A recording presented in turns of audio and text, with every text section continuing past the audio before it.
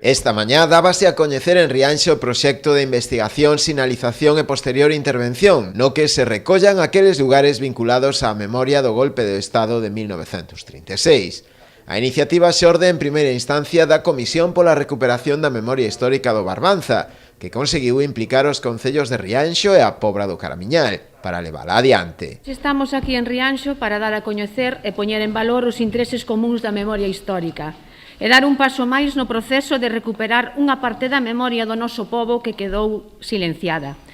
por un sector que se adicou a reprimir as persoas que loitaron pola legalidade e pola liberdade e intentaron facer desaparecer. Froito da boa vontade dos concellos da Pobra e de Rianxo, do grupo Instagra da USC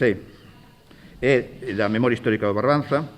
logramos converxer no proxecto Lugares de Memoria Democrática do Barbanza que hoxe se presenta aquí. É unha delicia presentar hoxe o proxecto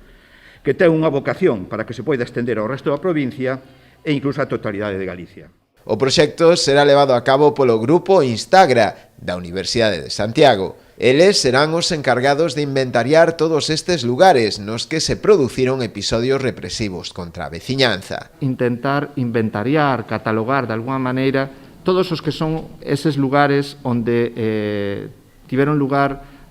os actos de violencia e de persecución asociados ao golpe do 36 e a ditadura franquista. Pero non nos interesa solamente lugares onde houbo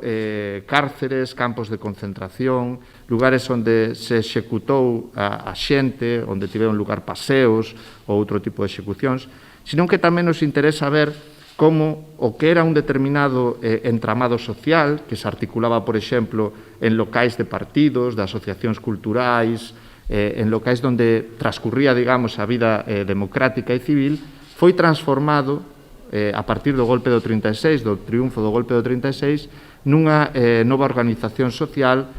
baixo que os parámetros dunha dictadura, como a dictadura franquista. Comeza agora un traballo de campo que se prolongará alo menos ata marzo de 2021. Será daquela cando se plasme sobre o territorio destes dous municipios, aqueles lugares que compre poñer en valor para coñecer mellor esa parte negra da nosa historia e rescatar do esquecemento a moitas das vítimas do franquismo. Sería o primeiro chanzo dun modelo que podería ser posteriormente extrapolable a outros territorios de Galicia e mesmo homologable a todo o territorio do Estado.